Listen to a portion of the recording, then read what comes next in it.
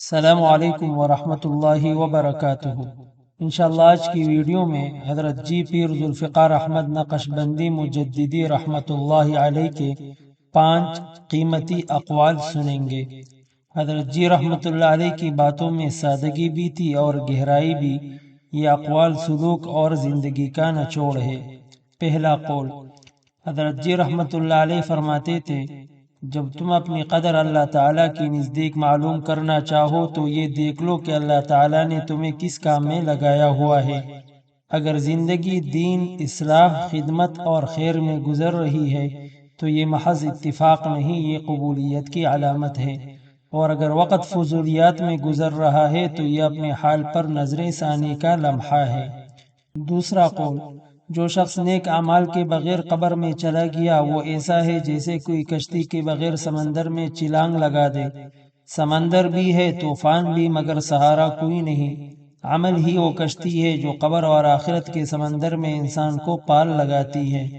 تیسرا قول، حضرت جی رحمۃ اللہ علیہ موجودہ دور کی ایک بڑی غفلت کی طرف توجہ دلاتے ہوئے فرماتے تھے، آج کل کی عورتیں گھر کی صفائی، ڈسٹنگ یا میک اپ میں روزانہ گھنٹوں لگا دیتی ہیں۔ کاش ذکر و مراقبہ کے ذریعے دل یعنی اللہ تعالیٰ کے گھر کی صفائی میں روز 10 منٹ ہی لگا دیا کرے۔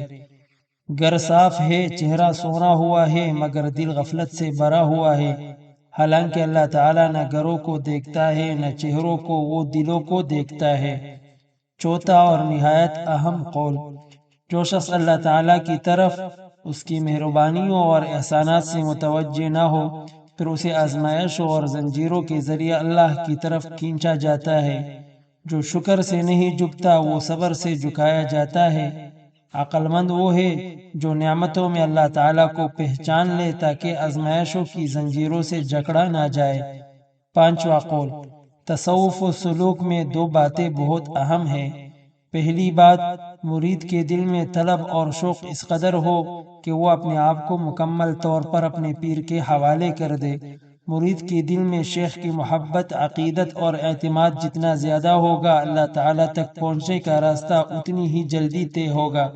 دوسری بات، شیخ کی طرف سے توجہات ایسی ہو جیسے آسمان سے بارش برس رہی ہو۔ حضرت جی رحمۃ اللہ علیہ فرمایا کرتے تھے، جب مرید کی طلب اور شیخ کی توجہ دونوں ایک ساتھ جمع ہو جائے تو وصول اللہ کا راستہ کھل جاتا ہے۔ یعنی یہ سفر یک طرفہ نہیں، یہ دونوں طرف سے محبت اور تعلق کا تقاضا کرتا ہے۔ ضرورت اس بات کی ہے اپنے شیخ سے تعلق کو مضبوط کیا جائے۔ اللہ تعالی ہمیں سچی طلب، صحیح نسبت اور بعمل زندگی عطا فرمائے، آمین۔